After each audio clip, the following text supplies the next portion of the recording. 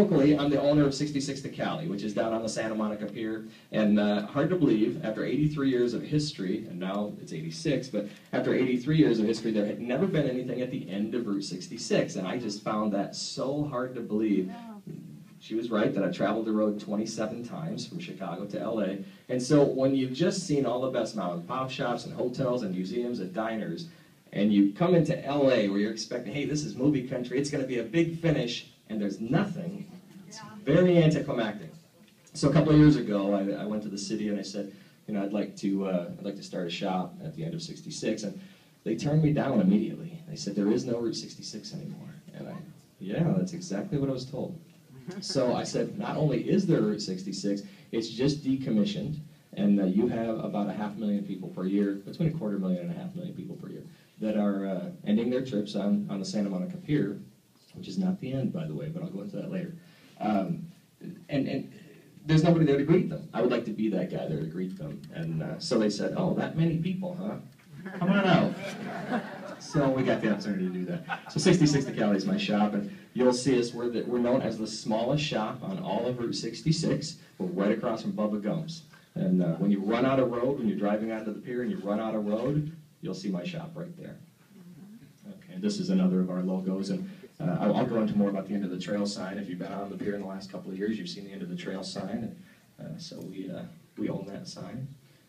Historic Route 66 Association for California, I was the president there until October, and that's when I took over as vice president of Heritage Tourism for the Route 66 Alliance. And so here's your first quiz.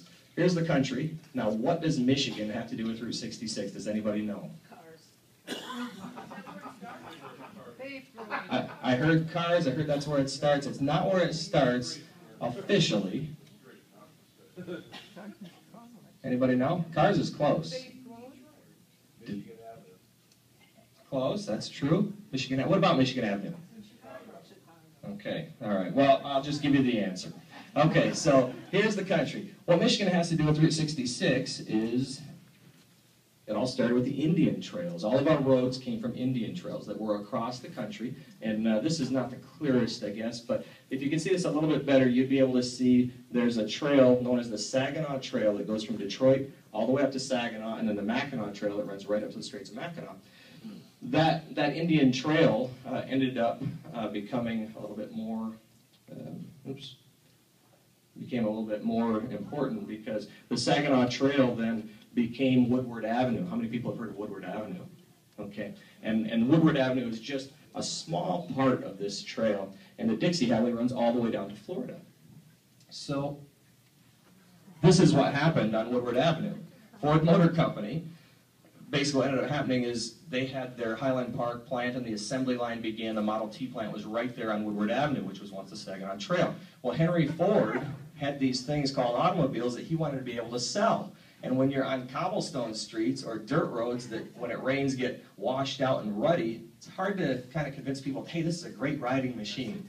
But if you put a good quality road down and you put a car on there, suddenly, hey, this is a nice ride, and he wanted to sell cars. So what he did was he created the first concrete mile of roadway in the world in 1909.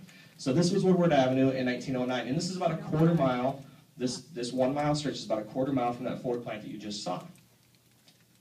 This is a plaque. Yeah, you can't really read all that, I guess. But basically that first mile of concrete highway cost them less than $14,000 to build, and our prices have gone up just a little bit. And this was written about that. This road has attracted a great deal of attention among the road builders of the entire country, and numerous delegations have visited it during the past summer. And the reason for that is because at that time there were no concrete roads. There was no paved highways because they were so expensive. And so because you've got this 1 mile stretch of road that's concrete, wow, everybody came from miles and states around to see this, and even other countries, to see, is this sustainable? Is this something that we could do? So here's this expensive road, but is it worth the investment? Well, it attracted this guy's attention. Now, why do you think it attracted his attention? Get away from bankruptcy. I heard the answer between you two guys. To get away fast and the whiskey trade. Absolutely right. What ended up happening was you have to figure Prohibition was going on. And even though the politicians were saying alcohol is bad, keep in mind that the Great Depression was also taking place. And so when money is hard to come by, and you know this guy is generating a lot of revenue, you say, alcohol is bad. Pave that road as fast as you can so he can get back and forth as quickly as he can. And he was bringing all of his liquor right through Detroit, because in Canada, they would bring it over the river, they would get on the, what was known as the Chicago Road, US 12, and they would travel down to Chicago, where Capone was based. Once you were in Chicago, you could go down to St. Louis, and that's what led to, oh, I should answer the question there. Whose birthday does US 12 share on November 11, 1926? Route 66. The US highway system was created on November 11, 1926. So, yeah, once you were in Chicago, then he was able to get all the way down to St. Louis. So they paved this. It wasn't paved all the way out to LA originally. It took about 10 years for it to be paved, but it was so popular that it did get paved. By 1938, the road was paved from Chicago to LA. So now you had, by 1928, everything paved from Detroit. That first stretch in Woodward that showed people it could be done, then this was paved, and then everything got paved. So Michigan really has a huge part in what happened with Route 66, and people have forgotten that. But you know, with the car culture of Detroit, it makes perfect sense that the car culture of Route 66 would have developed from that. Okay, and then of course the Dust Bowl happened. So suddenly this road that nobody could really believe, because wow, it's a paved road, and it ends where? It starts where? Chicago to LA? I don't believe that. But that's how it became so much of a legend, you know, that you have a paved road that goes that far. Nobody could believe it. And then when the Dust Bowl happened, these folks lost everything, and they were farmers, and they're in Oklahoma. And so how do we pick up and rebuild our lives? Well, Route 66 became known as a road of second chances. Because if you were in Oklahoma, and you had the opportunity to travel out to California, you were a farmer, and you knew that the soil was fertile here, and you could grow different things, were you going to stay in Oklahoma where the soil was worthless, or were you going to California? So the Dust Bowl happened, and all these folks got on Route 66, and they started their lives again here in California. And then, of course, Steinbeck wrote Grapes of Wrath, which sort of immortalized that whole thing, and he started coining the term the Mother Road. So if you've heard Route 66 referred to as the Mother Road, it's because of Grapes of Wrath. And he talked about it being the road of flight, because so many of the Okies were heading to California. So now it starts getting into the culture, not just that the people are doing the movement, but there are books being written about it. And then, of course, you've got Jack Kerouac, who starts to represent a whole different generation, the whole beat generation. And so he spends about 3 years on the road, and writes his book On the Road. And then that led to something else. Now, I shouldn't get ahead of myself a little bit, because when you start having all these books being written about it, then, yeah, of course, the television series comes. But before the television series came, it started to make its way into song, popular songs. So what song would have made Route 66 really popular around that time? There you go, you all know it. So, okay, so anyhow, you've got Route 66, people are singing it now, and then the TV show comes on, and at the point that the TV show came on, they didn't use the Route 66 song. Does anybody know who sang that song, by the way? Wow, you know your stuff. Would you like to just come up? Okay. Very good. Bobby Troop, that's right. Here, take one of these. I got a couple of little prizes here. Well, Nat King Cole popularized it. But Bobby Troop wrote it. Does anybody know what else Bobby Troop was famous for? And there you go. You guys have, like, you're working with people in here, I think. Yeah, Dr. Joe Early on Emergency. Absolutely right. So anyhow, when the show came, Route 66 came, they ended up using a different version. It was an instrumental version. They didn't use the Route 66 song that everybody knew, but even that one then became popular. So at the time that show came on, though, Jack Kerouac was not happy, because you got these two guys that are basically traveling the country, and it was pretty much a ripoff of his book, and he was going to sue Sterling Silliphant that created the show. In fact, it was so blatant that if you saw, I should have put a picture of Jack Kerouac in here, but George Maharis, who was on the show, was almost a dead ringer for Jack Kerouac. So he didn't sue him, but yeah, then the show came on. And then it was 1960 to 64 that show aired. 119 episodes, not one episode shot on Route 66. Can I wait for your question until the very end? Hold on to your question. Otherwise, we'll be here way longer than what I got. I got 87 slides to get through in an hour. So anyhow, yeah. We've got this show that is out on there, shooting across America because you couldn't actually shoot on Route 66 because if you shut it down, you'd create a national traffic jam. It was the only way to get across the country. So it was the first show to go on location and to show people that you could go on location. They'd find other towns that looked like Route 66 towns. And then at some point, it wasn't even on Route 66. There were episodes in Seattle and Pittsburgh and all over the place. So it became sort of just emblematic of America, which Route 66 did as well. And then, of course, it became a road of adventure. So there's Easy Rider for you. And later on down the line, even Forrest Gump. It changed his life when he had to go out and run across the country. And you may not know the spot up in the top left. That's the Twin Arrows in Arizona. But there's a scene in the movie where he's right in front of that. And then later on, you see him running on the Santa Monica Pier, which, again, is the traditional end of 66, but not the official. And like I said, I'll get into that later. This picture here isn't actually on Route 66 where he's finishing. I just thought it was hilarious because that's where he turns around after running for 3 years, 2 months, 12 days, and 16 hours. He just declares, "My feet hurt." I guess they would. And then, of course, in 2006, this guy came along, and he kind of changed everything. You got it, Lightning McQueen. So basically what happened was Route 66, when it was decommissioned, it was too new to be in the history books. And so it wasn't being written about. So a whole generation from the age of 43 on down didn't know anything about Route 66. Now 43, you're not really that young anymore. So this huge thing that impacted the country and really created manifest destiny for the common man, nobody really knew about it. So John Lasseter, who I've come to be friends with, he said, you know what, we're going to change that. So he did this movie that now everybody 18 years of age and under knows about Route 66. 43 and up knows about Route 66. My sort of mission is to reach the people from 18 to 43 because that's a big gap. And this road means so much to our country that if we don't reach the biggest amount of people as soon as possible, in about 10 years when all the people who are out on Route 66 that are icons on the road retire or pass away, there won't be anybody to take the baton. And I want to make sure that doesn't happen. Okay, so this scrawny, long-haired kid right here is me in 1985, and that's when my love affair with Route 66 began. I learned about Route 66 when I was just a little boy because my grandparents lived in Chicago. And so my grandfather worked in between east and westbound 66. It's a one-way road there. We would walk to work with him in the morning, and my grandmother and I would go off to do some fun thing after we dropped him off. But at some point, my grandfather said to me that this road that starts right here in Chicago ends out in Los Angeles where Fonzie lives. I thought, wow, this is the coolest road ever. You're looking down there, can you see the Fonz? Okay, I've got a question again.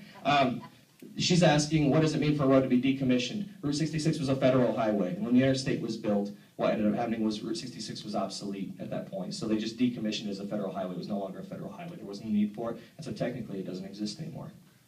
It's still there. Yeah. Okay, so in 1985, though, I did get the chance to travel on Route 66. As you saw in the picture before, I was in New Mexico alongside the road. But during that trip, we were driving in, my father and I, we just decided to take a trip by ourselves. This was the first time that he and I had ever really gotten out just by ourselves to travel. But since I had a driver's permit now, he didn't have to drive the whole way himself. So it was a way for him to see the country and not have to do all the work. So it was great. But when we were in Texas, we walked into a gas station, and underneath the glass, as we were paying for our gas, was this picture. And I just was captivated by it. And on the bottom, somebody had scrawled, somewhere in Arizona on Route 66, 1947. Somewhere. But it didn't say where. And my dad must have read my mind because he looked at me and he said, wouldn't it be neat to find that exact spot today and see what it looks like? And you didn't have to twist my arm because I just got my driver's permit, so we went looking for it. But we didn't find it. But in the meantime, I fell in love with Route 66, and I thought, well, I'd still like to find that spot. Well, a couple years later, I moved out to California for grad school. And so now on a 3-day weekend, it's pretty easy to get out into Arizona and see if you can find that spot. Still didn't find it. But then I had a really bad car accident. The car accident should have killed me. It didn't. I lived, but I spent the better part of 2 years from the time of the accident until I'd gone through a neuro rehab to recover, that I could go out and live my life again. And when I got done, people said, all right, go out and live your life. You've worked hard and you've got your life back. And I thought, I'm not just going to go live my life. I'm going to celebrate my life. So I decided to just live for the summer of 2004 on Route 66. And it was during that trip that I was trying to find an American-made T-shirt that said Route 66. I was in Chicago, and I looked through the whole city. I couldn't find even one American-made t-shirt that said Route 66. And what do you think the #1 purchase on Route 66 is? You got it right again, but I already gave you a gift, so I'm going to give you another one. But yeah, a t-shirt is the #1 purchase. So if all of these t-shirts are being sold and they're from other countries, who's benefiting? Our road or the other countries? Right, the other countries are. And so it didn't make sense to me because I've traveled the road so many times. You've got all these good people that are keeping shops open, but they're struggling to keep those shops open. And they're not getting a lot of press or promotion. So I thought, well, there needs to be at least one American-made t-shirt. And so my wife and I, we started our own t-shirt company. And American-made t-shirts, we decided to start the company right underneath the Begin sign in Chicago. We just thought that was fitting. What we did is we went out into the desert here in California, and we found a historic Route 66 sign that had been faded by the sun. It was just beaten up, and the thing was cracked and broken and everything, but it was still standing. And I just thought, well, that is emblematic of Route 66 and the people. They've been knocked around, but they're still standing, and the road is still standing. And so the brown shirt that you see there, my wife, she was a fashion merchandising major, so she just took some brown fabric splotches and matched the color of brown until she got that faded color of brown. And then I did the design of the shield being all cracked and broken. And then because there are some stretches of 66 today that are dirt again, we did one that was muddy looking. Took them all across the road. We got them established, and the company took off like gangbusters. So there was a need out there for American-made stuff.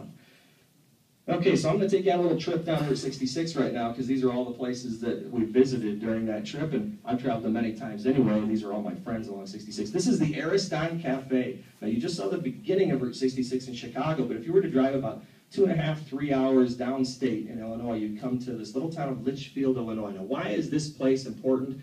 It's because I have a sweet tooth that is really gigantic. And this place has the biggest dessert tray. It's literally about that big around. I mean, it's big. And it's got one of everything that you could ever imagine, some things that you can't imagine, and you will want one of every one of them.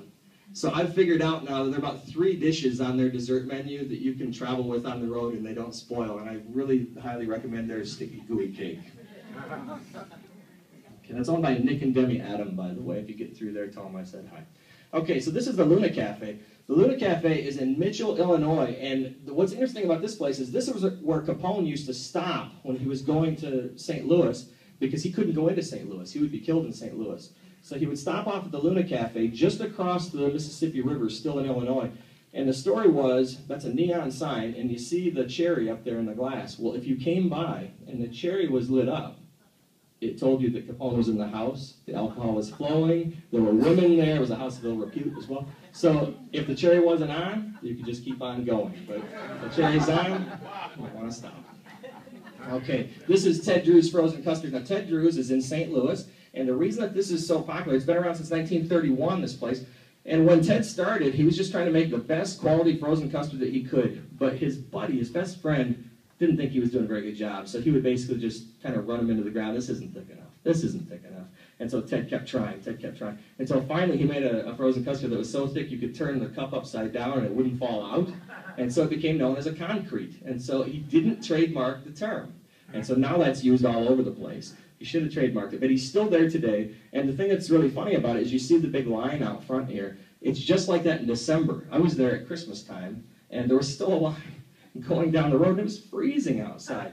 But what Ted did is he started mixing things in. It wasn't just good enough to have this really good quality custard. He started mixing things in, so Snickers bars and different things. And from that, it became so popular with the big lines and everything that there was a national ice cream company that came for their annual convention.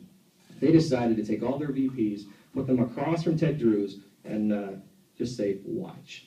And they left them there for an hour. And they were also inspired that they went back to their headquarters and they created a new treat for everybody to enjoy, and that was called the Dairy Queen Blizzard, copied on Ted Drew's. Okay, so this is the world's largest rocking chair. This is down in Cuba, Missouri. And every year, they have to prove to the Guinness Book of World Records, which they are in, as being the world's largest rocking chair, they have to prove that that rocker rocks. And so they have a race to the rocker every year, and all the people end up jumping up on the chair at the end of the day, and they rock it for the Guinness Book folks, and that keeps their registration active. Also in here in the Fanning Outpost is a winery and also an archery range. So you've got a winery, you've got the archery range, and you've got the world's largest rock chair. It's Missouri. Okay, this is the Munger Moss Motel, and this is actually the longest continuously operating motel in Missouri. Now, some people say, well, no, that's the wagon wheel, but actually I'm aware of a time when the wagon wheel stopped operating. And it's open again now, but it wasn't for a little period of time. Since 1973, the people that you see standing there with me, Bob and Ramona Lehman, have been running that place. They are the most fantastic people. But what I really love about the place is that it's just so close to the road, and you can see Route 66 right there beside it and how it hugs the earth. And that's just one of the things about Route 66 is that you can feel America as you're driving Route 66. Okay, this is Gary Turner's Sinclair station. This is just down the street from them about an hour. And this is a really popular stop. Gary Turner is one of the, probably the 3 biggest draws on Route 66. He went into this little town called Gay Parita, Missouri, named for a man's wife. Her name was Gay Parita. His last name was Parita. And he built this town. Well, the gas station burnt to the ground. And it was such a great piece of history that Gary thought, you know what, I'm going to rebuild it. So he bought the land, and you can see the stone service station just behind there. And he rebuilt the service station. And so now people come from around the world to see Gary and hang out with Gary. And has anybody in here traveled 66 and met Gary? Not one person. Wow, that's interesting. Well, if you get out there, once you meet him, he won't let you go. And the big joke that I have with people down at my shop on the pier, there's Gary there. The big joke that I have with people down on the pier is when they get to the end, I ask them the 3 places that they like the most, and invariably they'll always say Gary's name. And then I'll ask them, well, how much time did he get you for? About an hour and a half. If you're out in the middle of nowhere, you're waiting for people to talk to. Okay, this is 4 women on the route, and yeah, that's me up in the corner, and I'm not a woman, but 2 of the women here, Renee and Melba Rigg, they run 4 women on the route. The other 2 weren't there that day, but that's my wife on the left-hand side and me up on the other. But what we're standing on is the tow truck that the character of Mater in the movie Cars was based on. When John Lasseter and his story guy, Joe Rampt, were driving through Kansas with Michael Wallace, who was the head of the Route 66 Alliance, when they were driving through, they saw this tow truck and they said, wow, that tow truck looks like he's got about 1,000 stories to tell. And so they created a character that became one of the most popular characters in the movie. Between Lightning McQueen and Mater, they're the 2 most popular characters. And with kids, Mater is just super, super popular. But you can stop there and you can sit in Mater. Was that the Kansas countryside? You and your wife? That is Kansas, yeah. That's, okay. Route 66 runs through about 13.2 miles of Kansas, and that's part of it. Yeah, that's Galena, Kansas. Okay, this is Katusa Oklahoma, and this is the Katusa whale. This was built as an anniversary present by a man for his wife, and the reason he did that is because he was trying to celebrate a whale of a good marriage. This is the Chandler Interpretive Center. This is in Chandler, Oklahoma. And the guy that I'm standing with there, that's Jerry McClanahan. Now, Jerry McClanahan is really well known because he created the guidebook that allows you to travel Route 66 today. 85% of Route 66 is still there, but 15% is gone. And that 15% being gone makes it really difficult to travel because you'll be driving along and you come to a dead end. Maybe it's private property, or maybe the interstate, when it was built, cut off Route 66. So you've got to know when to jump on the interstate and when to jump back off. And because Route 66's name was changed after it was decommissioned, you know, it may be, well, where the rocking chair was, it's called Highway ZZ there. So you could be on Route 66 and not know. Even here in Santa Monica, we don't have any Route 66 signs. The reason that we don't have them here in Santa Monica is because Caltrans owns all the roads in California. If you want to have historic Route 66 signs up, you have to pay the state government to buy back your stretch of road. When you do that, you can put the historic signs up. We haven't done that in Santa Monica. But across the country, many communities realize that, hey, Route 66 is a big part of our heritage, and so they've paid the state governments to be able to put the 66 signs back up. So Jerry created a book that tells you whether the signs are up or not. This is where you got to go, turn by turn, how to stay on Route 66. And the Interpretive Center behind us both there is a really great museum there in his neck of the woods. This is Harley and Annabelle Russell. They're in Eric, Oklahoma. Their place is famous for being the redneck capital of the world. That is what it's known as. And, you know, it's kind of funny because what are you expecting when you come to Eric, Oklahoma, but rednecks? And Harley knew that, And so he actually is not a redneck at all, but he plays it up. He knows what you're expecting, and so when you get to him, you can expect him to be the most inappropriate redneck that you will ever meet. He says he's at the Capitol. He's going to be the most inappropriate redneck you'll ever meet. So he'll ask to have sex with your wife. He'll ask all kinds. He'll ask to have sex with you. I mean, just whatever you can to offend people. And some people do get offended, and they will leave. Other people understand the act that's going on. Now, I know him privately. I know him to be a very sweet man. But the thing is that he's not really this redneck guy that people think he is. He used to play guitar for Del Reeves and for Charlie Pride. And so he had a pretty established musical career. But he decided there were a lot of drugs and things in the music business that he didn't want to be around. And so he got away from that. He moved back to his hometown of Eric, Oklahoma, and he opened a little health food store. Now, health food doesn't go over big in Eric, Oklahoma. But what ended up happening was this gal walked in one day, Annabelle, and they fell in love, and they got married. So that worked out pretty well for him. But she told him, you know, what you should do is just go back to what you love. You should teach music. So he started teaching music to the neighborhood kids, and that was going better, but it still wasn't really like knocking it out of the box.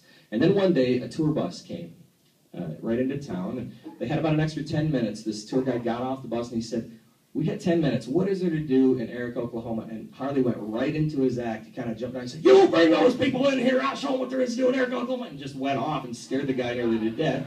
And so the guy brought in his tour bus. And the people that were on that tour had such a great time that tour guide told the other tour guides in his company, and now they do about 300 shows a year. They don't have anything to sell. They don't sell one thing. All they do is play music for you. And so if you're happy with what they play, you just throw change on the floor or bills on the floor. When you walk in there, it looks like the bank exploded. The whole floor is covered with money. So, okay, this is the You Drop In. This is in Shamrock, Texas. This is the city building now. It's where they do all their city offices, Chamber of Commerce and stuff like that. But the neon on there is so beautiful. This used to be an old Conoco station, and they re-neoned it up a couple of years ago. The guy that owns that is the president of the Texas Historic Route 66 Association, David Rushing. Really nice guy. And this is the Big Texan. Now, the Big Texan is in Amarillo, Texas. Does anybody know what the Big Texan is famous for? You've answered so many times. I got an arm up over here. How big? 72 ounce. 72 ounce. Where was that answer that came from? Right there. Okay, here. I got a magnet for you, and I got a magnet for you. Yeah, 72 ounce steak. And so basically what happens is if you get to the Big Texan, and you think that you can eat this 72 ounce steak in 1 hour with all the fixings, you get the whole thing for free. But hang on just a second. But if you don't eat the whole thing within an hour, you have to pay $1 for every ounce. So it's a $72 deal, right? About 1 in 9 people can actually finish it. So their odds are that they're going to make a lot of money there. If you can wait before, when we get to the end, you can ask all your questions. Okay, go ahead. If I say what Amarillo means in Spanish, can I have a prize? Sure. It means yellow. Okay, here you go. And I know that I owe you one too. Okay, so Amarillo, Texas, and that's the Big Texan. And then this is the midpoint. So this is the Midpoint Cafe, and that's Fran Hauser standing right in the middle. And she's the owner, and she's been the owner for about the last 25 years. Now, she's the gal that, if you go to the Midpoint, has made it everything that it is. It used to be just a regular diner, but she has turned it really into the place that sort of typifies Route 66, and so she carries our shirts there. But she's famous for something called ugly crust pies. Now, the woman on the right is Joanne. She is the pie chef. So basically, when she started working for Fran, she started making pies from her grandmother's recipes. And they turned out tasting fantastic, but they looked horrific. And so they got the name Ugly Crust Pies. Well, now she's made thousands and thousands of them, so they're the most perfect looking pie that you would ever see. But the name stuck, so they're still known as Ugly Crust Pies. Okay, and this is the Midpoint sign right across from the Midpoint Cafe. And this is me and my wife standing in front of it. Of course, you're halfway between both Chicago and LA at that point. And we grew up in the Midwest, so my wife was always thinking about home, and I love my life here, so I'm always thinking about getting back to LA, and so you can see where our thoughts are in that picture. Great picture spot. This is the Blue Swallow Motel. This is the most famous neon sign on all of Route 66, and this is in Tucumcari, New Mexico, which at one point per capita had more hotel rooms than any place on the planet. So basically, if you go there today, you'll still run into the same kind service that you'd ever find on Route 66. It's owned by a couple of people, Kevin and Nancy Miller, fantastic people. You went by the hour. Right. They don't rent by the hour. No, they don't. Right across the street, if the Blue Swallow is filled, because it only has 12 rooms, is the Motel Safari. And this is Gail Talley, who is the owner of the Motel Safari. They've got fantastic beds there, so don't feel bad if you don't get into the Blue Swallow, because right across the street is a pretty good night's sleep. This is standing on the corner in Winslow, Arizona, and everybody's heard the Eagles song. Yeah. Well, this is the store that is right on that same corner. And right across the street from there is a statue of one of the Eagles with his guitar in his hand. And people stop all day long from around the world to take their pictures at that spot. So right across the street there, that store used to be owned by a couple named Karen and John Harvey. And they sold it off a couple of years ago to their daughter, and that's her. That's Sandra Harvey with her son Tyler. And so there's the third generation ready to go. And a lot of the businesses on Route 66 are multi-generational businesses. So they really stand for the kind of things that you can do in America, you know, the American dream. And this is that corner right across. Now I'm standing in front of the statue with my wife there, but it tells the whole story. The mural there, standing on the corner of Winslow, Arizona, such a fine sight to see. There's a girl, my lord, in a flatbed Ford slowing down to take a look at me. So there's the flatbed Ford reflected in the window there. And up in the window up top, you'll see an eagle and then a couple of people doing something up there. They should probably close the blinds. And just to show that I'm a true Route 66 fan, that's my wife in front of the woman. You can see that I'm a little enamored with Route 66 because my wife looks just like her. Okay, this is Williams, Arizona. Williams, Arizona is a fantastic town. Now, if you have a 3-day weekend and you want to get out on Route 66 and just do part of the trip, this is a great town to go to. You can drive as far as maybe Winslow, Arizona that first night and then take the next 3 days and just drive back. But this is John Beasley, and he's the owner of Katusa Cafe. He bought this old gas station, and he put it back together and neoned it up, and he just does fantastic food out of there. But he's a young guy, and that's what makes him sort of rare on 66, because most people are up in their 60s and 70s at this point. But, you know, like myself, he's probably the next generation that will try and keep this road going. He really believes in the country. He's a former Marine, and when he got out of the military, he decided, let's go back and invest in this town and make something happen that stands for America. Now, this guy is Angel Delgadillo, and he is in Seligman, Arizona. I heard somebody say they know him. How many people have heard of? Okay, a couple of people have heard of Angel. Okay, so he is my mentor, and he is the guy that basically when the interstate was being built, he went to the government and he said, hey, you know, this is going to be a great idea and it's going to get people places quickly, but I'm noticing a problem. You're not building any exits to any of our towns. And our towns are on Route 66, which is known as the Main Street of America. If you don't build exits to the Main Street of America, you'll put the Main Street of America out of business. And how can that be good for America? So you got to build exits. Well, they didn't listen to him. A couple years later, the states realized the errors that they had made because all those towns with all those businesses, when they were out of business, were no longer paying state tax revenue. So the states were going broke. So they went back to Angel and, hey, you remember us? Yeah, I remember you. Well, we're trying to figure out how we can save this road. And he said, that's why I came to you when I did, because you could have saved the road. But you can't save it now. The people are gone and they're not coming back. But you can salvage what's left, because there are some of us who are hanging on here. Well, how do we salvage it? Well, what you're going to do is you're going to create the Historic Route 66 Association. What's that? Well, here's what it is. Up until now, these signs alongside the road have just been arbitrary 66 signs.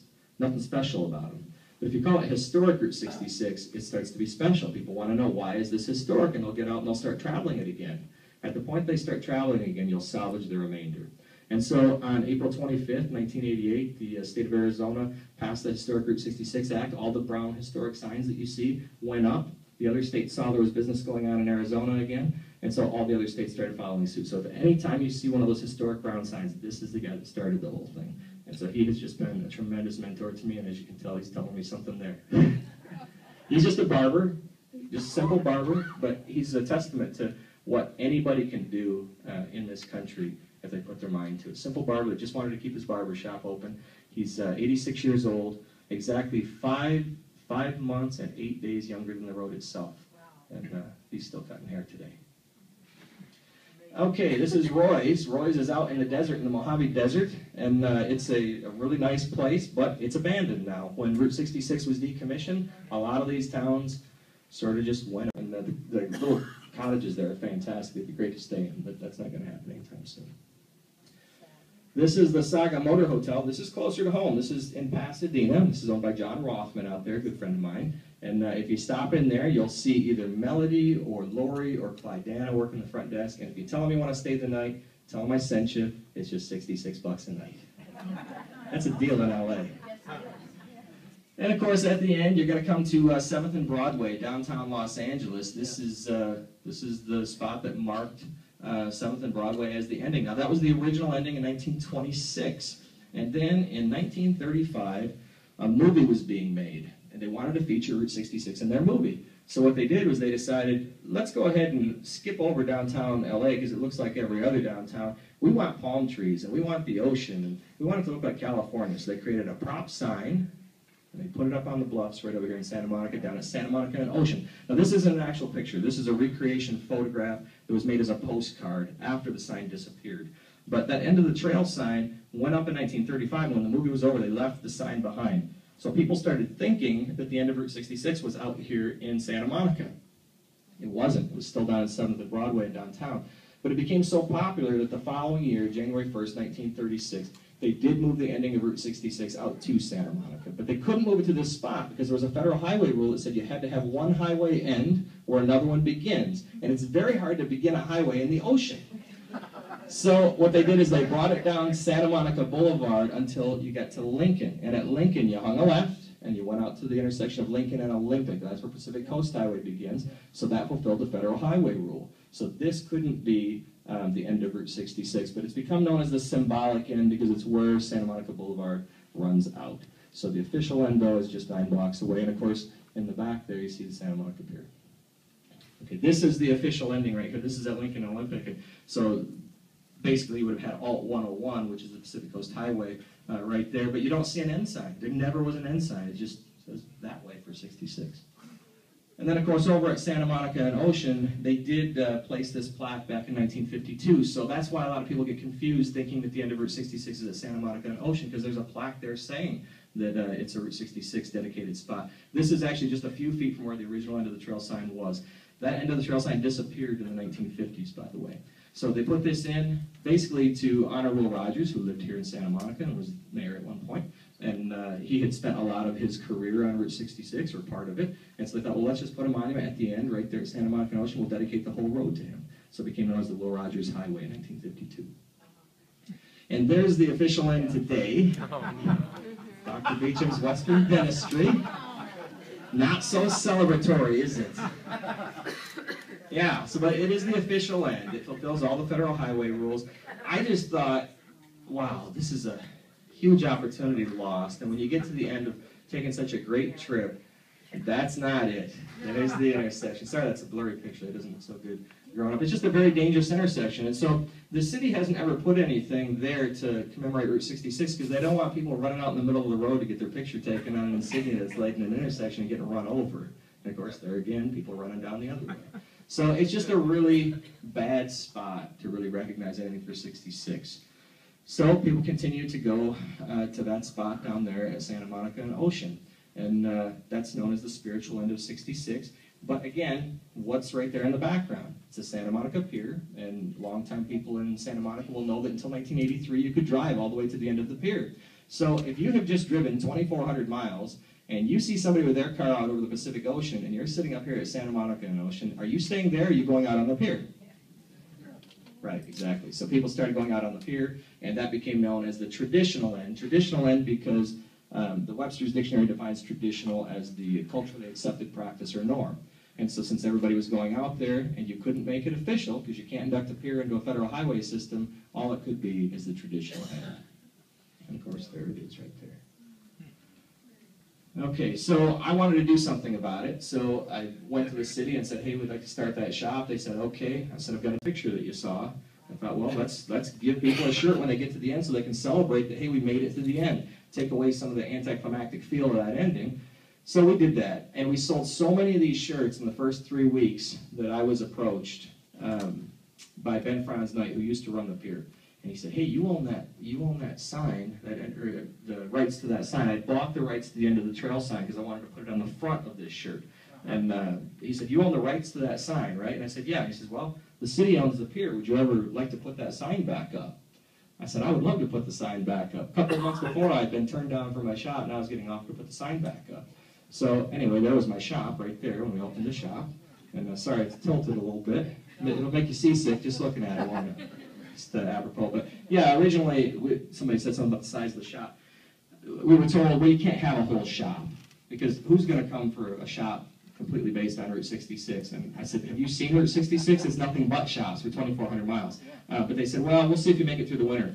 So they said I could have a 6-foot by 3-foot space. So my dad and I built this, and we put it out on the pier, and every day we started having crowds around our shop. And so people started paying attention, going, what's this Route 66 thing? And before too long, I started having other people on the pier trying to sell Route 66 stuff. Now, when you're in a 6-foot by 3-foot shop, and you've got everybody and their brother now starting to sell your stuff, it becomes very difficult to stay in business. So we almost went out of business, even though nobody knew anything about Route 66. And the other thing, they were just selling the stuff. The other thing is we sell only American-made stuff. We're the only shop on the entire 2,400-mile-long route that sells only American. Thank you. I appreciate that. Thank you. Thank you. I mean, the thing about that is, we complain about unemployment, but if we have American-made things, it takes Americans to make those things. And so I want to help Route 66 be that thing that brings jobs back to America. All these other shops that are selling Route 66 stuff, they're all selling Chinese-made stuff, and that is going to make communist countries very rich, but us very poor. And I think that we have the power as Americans to do something about that. So that's what we're trying to do out there on the pier.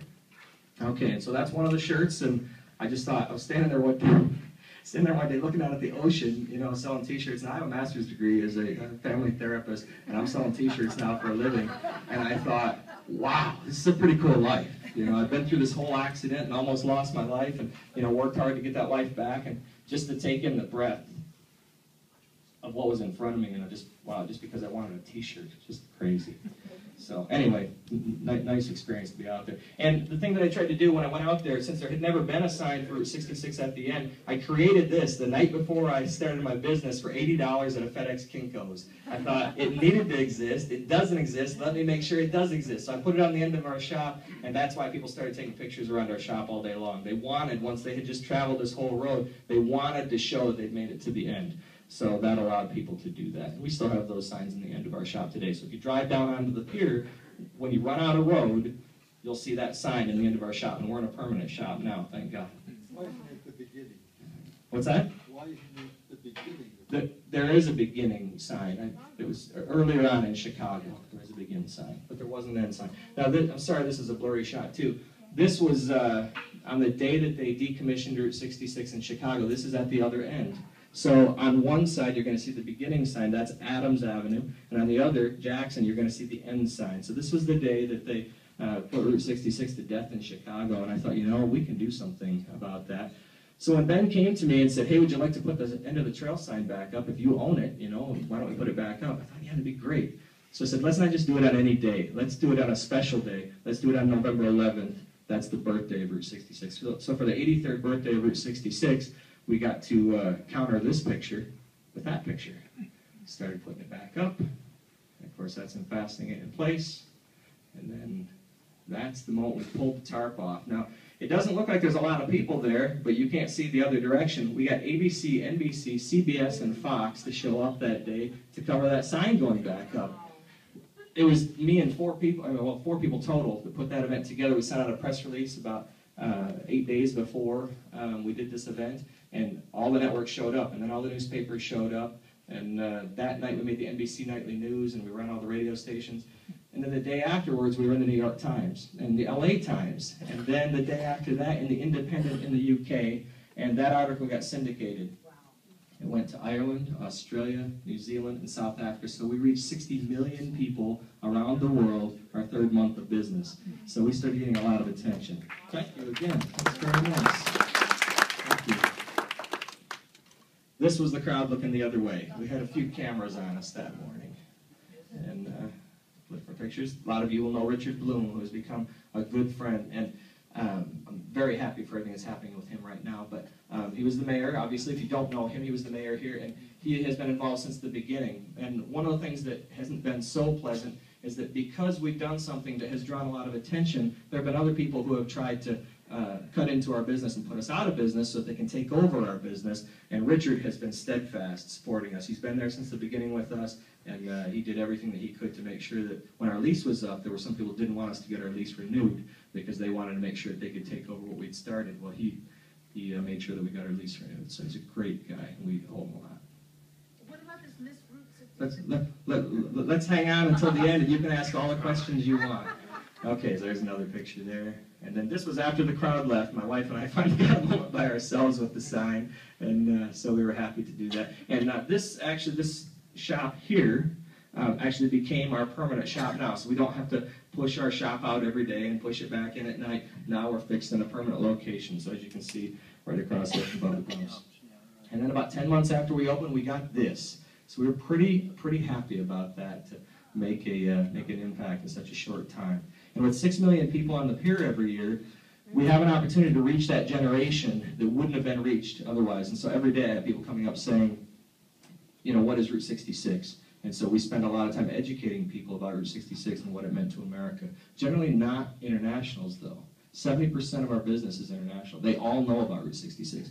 Americans don't know. And so 30% of our business is American, the rest is all international. It'd be kind of like going to Paris and asking a Parisian, where is the Eiffel Tower? And them going, don't know.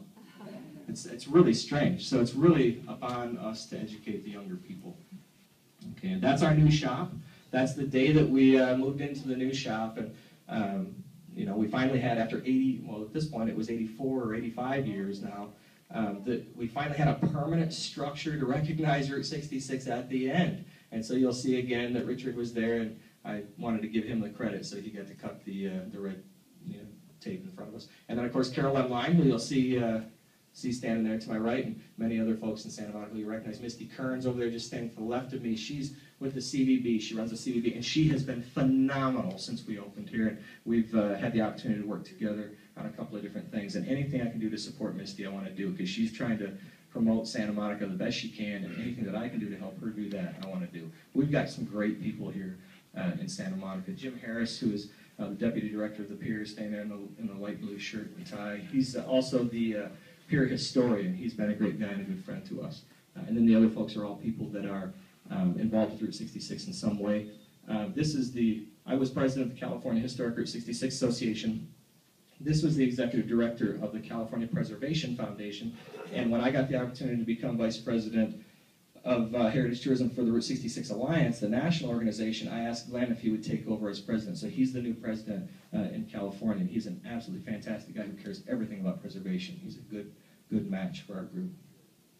And this is kind of what we run into on a summer day. I mean, we have an opportunity to reach a lot of people, and we get to meet a lot of people. This is one person that we got a chance to meet down there on the pier. And does anybody recognize this woman? Does anybody know who that is?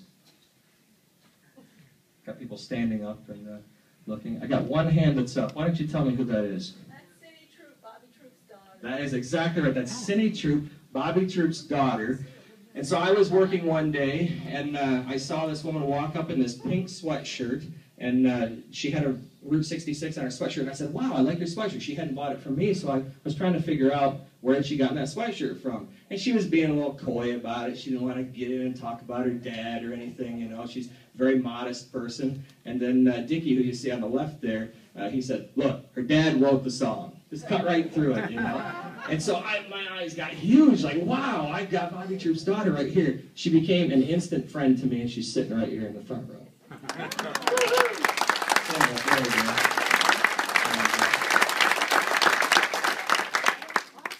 This is another guy you may recognize as Opie or Richie Cunningham. And I guess he had heard about me liking the Fonz, so he came down to buy the Fonz shirt one day. And so we get an opportunity to meet some really cool people down there. And this was another guy that I got a chance to meet. And, you know, I wasn't sure. Should I go up to this guy? Because we get a lot of crazies down on the pier. But then I thought, you know, if I'm ever standing up there in front of those pearly gates, I don't want this guy to say, why didn't you introduce yourself? So I did. And then I got an opportunity to meet this guy, which I thought was nice. He was on vacation. He had come a long way, and he was trying to get warmed up. I guess he lives in a cold climate. And then this is a guy who actually was involved with the Cold War, ending the Cold War. He was involved with the treaty between the United States and Russia, and he is retired now, Navy Admiral, and he decided that he was going to ride all of Route 66 on his bike to raise money for a museum in Litchfield, Illinois, for Route 66. So he's still doing what he can to bring attention to the good things in the country. But that's him starting right there, and he had a long way to go from there. Can you tell us who he is? Oh, you know, I don't know if he would be comfortable with me telling who he is. I'll just say that he wrote it because he wanted to do something good for the country. He's a fairly modest guy. So, okay, this is another group that we had come. These are 40 Mustangs coming from New Zealand, and so they decided that they wanted to have a big finish on the pier. We get this a lot, actually, and they asked me if I would sit in the lead car. So that's 40 New Zealanders, Kiwis, they call themselves, arriving at the end of Route 66. And this is the day that we put the end of the trail sign back up. We had the California Route 66 Museum up in Victorville. They've been good friends to me over the years, and so they provided a caravan of 66 cars that drove 110 miles to come to our city to recognize that we were doing something good for Route 66. It was really a phenomenal day. And I was very fortunate. That's Jim Harris again standing there with me. A year after we put the end of the trail sign back up, we were honored with Route 66 Day in Santa Monica, and they recognized 66 to Cali, my company, as being instrumental in bringing Route 66 back to life in Santa Monica. So that was a nice moment. When is Route 66 Day? Oh, that's November 11th. 1926 is when it was established, so November 11th every year is Route 66 Day. Yeah, and it all started because I saw this picture, which is so crazy, you know. I mean, just a picture as a 15-year-old kid going across the country. But, you know, I like to encourage people to dream, because it's a more and more difficult world out there that people have to make a lot of sacrifices, and people are forgetting to dream. And it's also become, you know, a much more isolated place, because we all sit in front of our computers all day long, and we forget to press flesh and meet people and look people, you know, in the eyes. And so I just tell people, keep dreaming and keep meeting people. They make all the difference in your life. But it started for me right there with that shot. And that's that shot today. I went looking for that spot and finally found it. So there it is. Ironically, it is in the town that Angel Delgadillo lives in. So all those years I was looking for it, and all I really had to do was find Angel, the guy who started Historic Route 66, has come back. And there's my company again. So, you know, leading from having a dream and, you know, right into trying to establish something for America with the T-shirts. You know, we got this company going, and this was the crazy thing. I got a book deal out of putting the end of the trail sign up. And I just found that so crazy because, you know, I'm a guy from a town of 5,000 people originally. And so I said, you know, when I was asked about doing the book, I said, you know, you don't really need a lot of other Route 66 books, but let me tell you a story. Because I had a head injury 11 years ago, and my life should have been over. If you want to tell this story, here's how it would go. You've got a guy that basically has this bad thing happen to him. And many of us lament the bad things that happen in our lives. But I would like to tell you, don't lament those things, because they all lead to good things as long as you never quit. And so for me, I try to send the message, don't give up, don't quit, keep in there, hang on, keep pushing. There are people around you trying to help you. Don't stand in your own way. And if you keep pushing and you never quit, you can achieve great things. For me, you know, it's creating an end for Route 66, but for you, it can be anything. So it's just a matter of you know, hanging in there and not ever giving up. So that's the cover of my book. And I thought, you know, if you can tell that story, then I'll write your book for you. And he said, yeah, he would love to do that. So we put the book out. And that's just a regular day on the Santa Monica Pier. And the end of the trail sign up there, and you can see there's a guy setting up his tripod, getting ready to take a picture. I was told by one of the Santa Monica police, he believes that it's probably the most photographed spot in all of Santa Monica, because he's always on beat. So anyway, it's a pretty nice deal. And then beyond that, I was pretty happy with this shot. No. Yeah. What I love about that shot is that Route 66 gave people the opportunity for freedom. And there's nothing more free than breaking the bonds of earth. So I just thought, wow, what a shot. I mean, it goes from one extreme to the other. And anyhow, that's basically my presentation, so I want to thank all of you. If you have any questions, I'm more than happy to answer your questions. She's forgotten her questions now. Okay, next. I'm sorry, hang on a second. Sure. They did put some more chairs in the back, so any of you who are standing, there probably space. And I'd just like to give a big thank you to the library service guys in uniforms who have been incredibly helpful.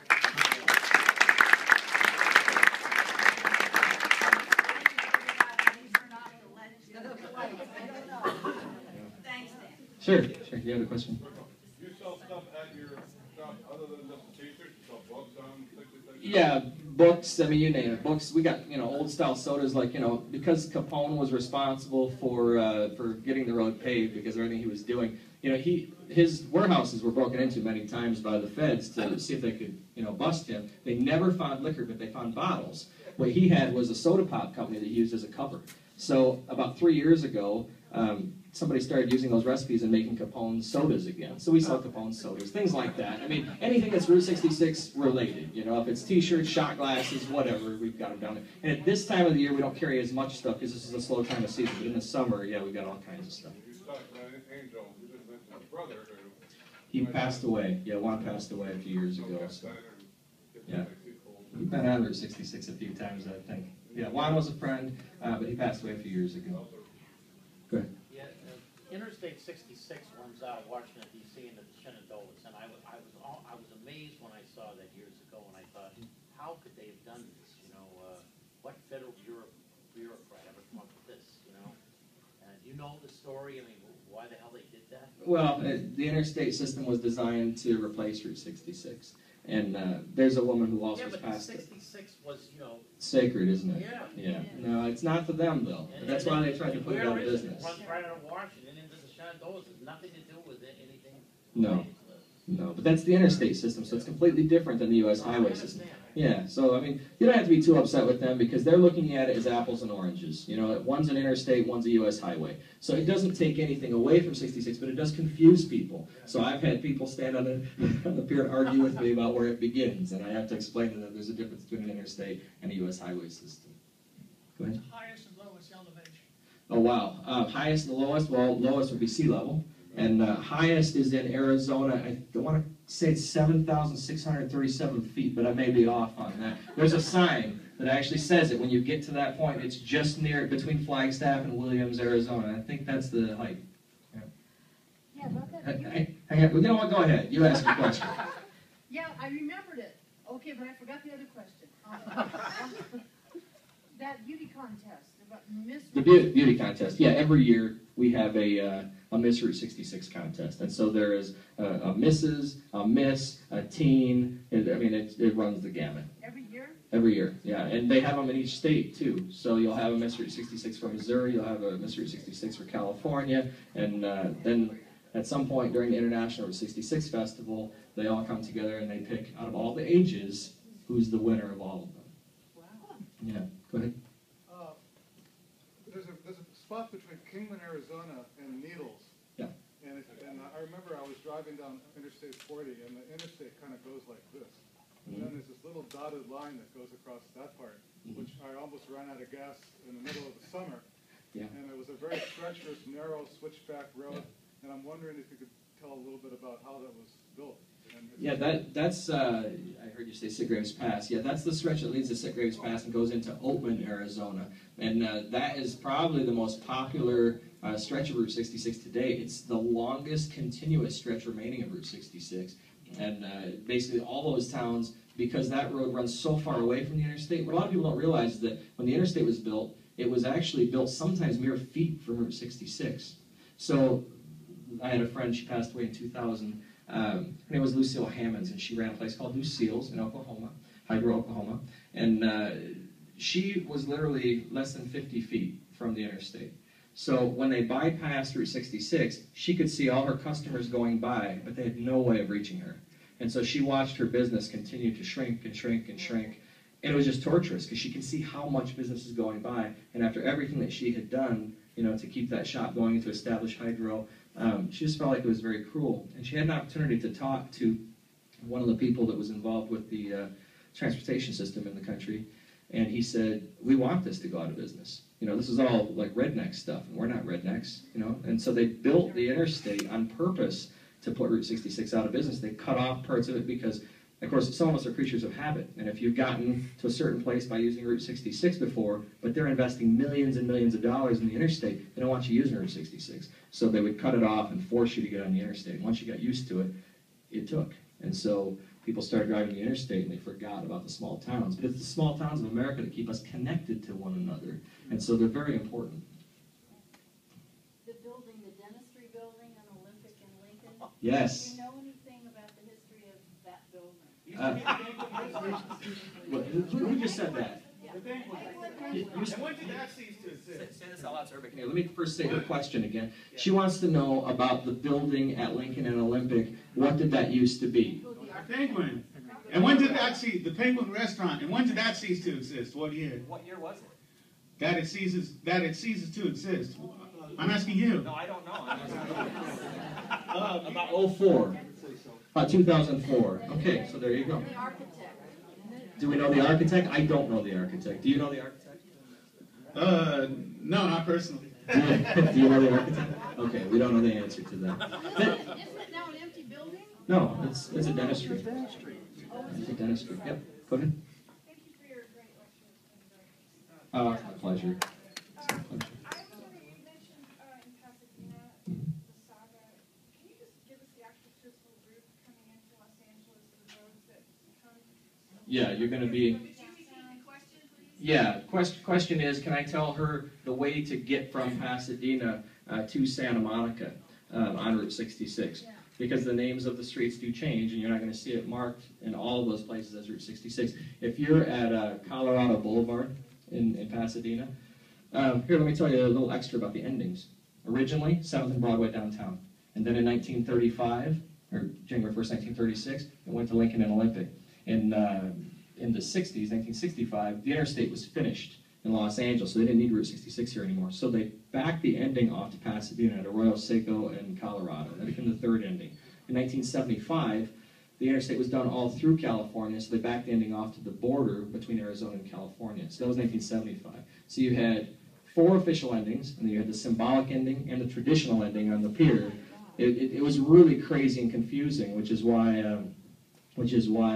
people don't really know the history here in the end, and people argue about it. But now you all know there's a symbolic ending, that's Santa Monica Ocean. There's the traditional ending, that's the pier, and there's the official ending at Lincoln and Olympic, all within 9 blocks of one another. So it gets very confusing, but now you know. It's pretty simple. So how do you get from Pasadena? Okay, so to answer your question, to get from Pasadena to here, you're going to go down from Colorado down to Arroyo Seco, down into downtown, Figueroa, and Sunset Junction, Santa Monica Boulevard, Lincoln, to Lincoln and Olympic. So you're saying the Freeway 10 picks up part of it? No, Freeway 10 is the interstate. It has nothing to do with Route 66. But Arroyo Seco doesn't go to downtown LA. Yeah, it runs right through. It does? Yeah, 110. Yep, exactly right. That's what I said, the Pasadena Freeway. Royal Park. South Colorado, they've got close about the bridge over. Here, go ahead and say this so that everybody can hear you. They've gone, if you take the rail cycle out of Pasadena, that kind of bypasses, they got that bridge on the very far west end of Pasadena, it's labeled as Route 66. Okay, there's some confusion here about the different alignments. Yes, there was a bridge also. It's still there. It's not a suicide bridge in Pasadena. Route 66 always changed. That's why when people say, how long is it, you really can't answer it. When it was first built, it was one length. But then as a city would grow, because now there's a lot of business coming through that city, maybe the city center shifts. So originally Main Street was Route 66. The reason that it's called America's Main Street is because the Main Streets already were built through the town. So what they did is they connected all of the significant towns or cities from Chicago to Los Angeles by the one thing they had in common. Every town has a Main Street. So it connected all the Main Streets like a dot-to-dot puzzle, and that was Route 66 in 1926. But then, as the towns would start to grow, maybe Broadway becomes your main street, in your town. You still have Main Street, but now Broadway is the main thoroughfare. So we shift Route 66 over to Broadway. So it kept changing. And in fact, if you're in New Mexico, it used to run right through Santa Fe. And then the governor had a falling out with the people who ran the city of Santa Fe because they were supporting his opponent in an election. So when he lost, before he came out of office, he said, change Route 66, run it from Tucumcari straight to Albuquerque. And so they cut off a long stretch, we were talking 100 miles or more, between Tucumcari to Santa Fe and down to Albuquerque. So the length always changed. So the bridge in Pasadena at one point was Route 66. At another point it was Mission Avenue through South Pass. It changed many times. So depending on what year you're talking about, you'd have had a different Route 66. But the general way to answer your question is the way that I told you. Those are probably the most well-known alignments of Route 66. Are there commercial tours for Route 66 that operate out of either Chicago or LA? Are there commercial tours that operate out of Chicago or LA? Yes, all kinds of them. All kinds of them, yeah. And you can do, like the Kiwis do, and you can go on a Mustang tour, convert to a Mustang tour. Or here, I'll give you an example of one tour that I greet every year. We have a group of Norwegians that comes every year. They rent 40 motorcycles out of Chicago. They ride all the way together. When they get to the Santa Monica Pier, they do not turn in their motorcycles. They hand them off to 40 other Norwegians that are waiting, and they drive them back. When they get to Chicago, they don't turn them in either. They hand them to 40 other Norwegians. And every other day through the month of August, every year, you'll have Norwegians leaving from either Chicago or LA. 1,200 Norwegians on just one organized tour. So yeah, and if this room decided we want to take a trip, I can connect you guys so that you can take a trip across Route 66. I've got friends with people who are running motorcycle tours, auto tours like the Mustang tour, and even coach buses. Generally, the folks that are older will take the coach buses because they don't have to drive the whole way. So it just depends on what kind of tour you want to take. Yes, any other? I've driven that around a dozen times. It's a very dangerous route between towns. Because what I had to do, I had to make up for the frequent stops between towns. Because that's when they used to be controlled by the local police. Yeah. But if you were on that highway, you could do 100 miles an hour. And people still do. And there were crosses. Yeah. Every 15 to 20 miles from the accident. Yeah, still are. Does everybody hear what he said? Yeah, basically, there was a lot of speeding going on between the towns. It was a very dangerous road because there were twists and turns everywhere. It's still like that, but it had a nickname at one point. It's been called a lot of things. The Great Diagonal Way, the Mother Road, America's Main Street, Route 66. One of them was Bloody 66 because it was so dangerous. Yeah. Did you ever eat at this place on the National Trail Highway? Did I ever eat at this place? Yes, I have. I'm not going to say the name of it because I don't like this place. Every time I've gone in here, there have been flies all through the place, and so I'm not going to share the name of it because I don't want to hurt their business. But yeah, I have eaten it. Now, in the past, I understand the quality of the place was really good, but in the last couple of years, it hasn't been that great. So I wouldn't send you there today. So yeah, anyhow. Hang on a second, because you've asked one. Let me get to someone else. Where did you say the museums are? Did you say there's one in Victorville? Yeah, there are museums all along Route 66. One of the things that really helped Route 66 to survive, if you go to the California Travel and Tourism, every year in Santa Monica we have the California Travel and Tourism Convention gets together, conference, and you'll find out that there need to be in any town to make it a tourist attraction, there needs to be 4 different locations that makes it noteworthy. But Route 66 got really lucky because there were mom and pop shops, hotels, museums, and diners, pretty much in every significant town. So that anchored our road. And I'm doing some work in Detroit right now, actually, because Detroit, being the car culture that it is, and because the roots of highway travel in the United States started there, they've been kind of cut off. Nobody's done anything with them. They've got so much history. So it just makes sense to reconnect the car culture of Detroit to the car culture of Route 66. And I've been having that conversation with them is to, anchor those historic locations. You got to have at least 4. They have so many more, but nobody's really done anything with them. And now I've talked so much I forgot your question. So what was it? The museums, yeah. So there's a museum in Victorville, California. There's a museum also if you go to Kingman, Arizona. That's a great one. Talks a lot about the Dust Bowl. There's a museum if you are in Clinton, Oklahoma. If you're in Elk City, if you're in Pontiac City, Oklahoma, if you're in Pontiac, Illinois. There are museums all the way that will focus on what's